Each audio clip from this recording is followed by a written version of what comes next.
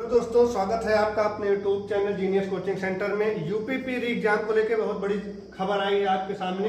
देख सकते हैं, परीक्षा कराने में 4 अलग अलग एजेंसियों की ली जाएगी मदद। यानी अब आपकी जो परीक्षा होगी उसमें एक एजेंसी नहीं कराएगी, 4 एजेंसी कराएगी। यहाँ आप पढ़ सकते हैं, एजेंसियों को इस तरह मिलेगा काम। हर पाली के लिए होंगे 2 या अधिक सेट। यानी कि आपके जो एक पाली होती थी और एक ही सेट पेपर बनता था, एक पाली अगर जैसे सुबह की है उसमें 2 सेट पेपर बनेंगे, जो सेकंड टाइम की सेकंड पाली है उसके लिए 2 सेट बनेंगे, और सिर्फ 5 घंटे पहले पता चलेगा कौन सा सेट दिया जाएगा। यहाँ पे देख सकते हैं आप, लिखा गया है 5 घंटे पहले ही आपको पता चलेगा कि वो कौन सा सेट दिया जाएगा।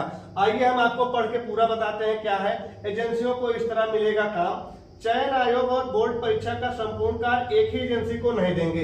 यानी अब एक ही एजेंसी पूरा काम नहीं करेंगी। प्रश्न पत्र तैयार करने, छपवाने व कोषागार में पहुंचाने की जिम्मेदारी एक एजेंसी की होगी। यानी कि प्रश्न पत्र कोई और छपवाएगा, ले कोई और जाएगा। प्रश्न पत्रों को कोषागार से परीक्षा केंद्रों तक पहुंचाने, परीक्षा केंद्र की सभी व्यवस्था और परीक्षा के बाद ओएमआर शीट पहुंचाने काम दूसरी एजेंसी करेगी। यानी कि पहुंचाने का काम दूसरा करेगा। परीक्षा केंद्र पर सुरक्षा संबंधी सभी व्यवस्था के लिए तीसरी एजेंसी। यानी कि परीक्षा केंद्र पे सभी सुरक्षा जो होगी वो दूसरी एजेंसी की होगी।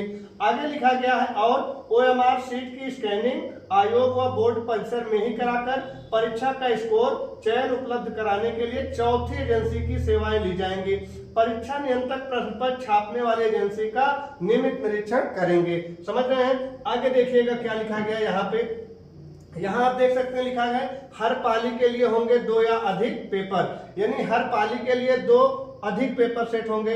प्रत्येक सेट के प्रश्न पत्र की छपाई अलग अलग एजेंसी करेगी। जो 2 सेट में पेपर बनेगा उसकी भी छपाई दूसरी एजेंसी करेंगे। यानी एक पेपर की छपाई अलग एजेंसी करेगी, दूसरे पेपर की छपाई अलग एजेंसी करेगी।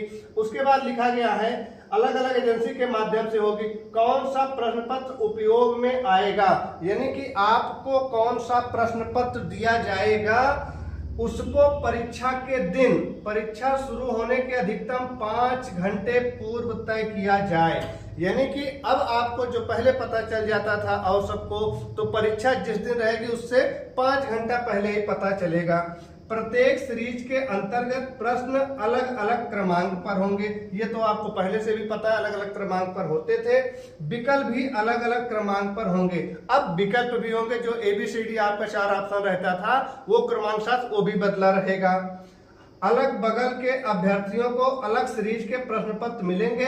शुचिता और गोपनीयता के लिहाज से चयन आयोगों को शासन स्तर के शीर्ष अधिकारियों और STF के संपर्क में रखना होगा। तो आप समझ सकते हैं कि जो हेडिंग लिखी गई है आपकी, परीक्षा कराने में 4 अलग अलग एजेंसियों की ली जाएगी मदद। तो यानी कि अब 4 लोग मिलकर आपकी परीक्षा कराएंगे।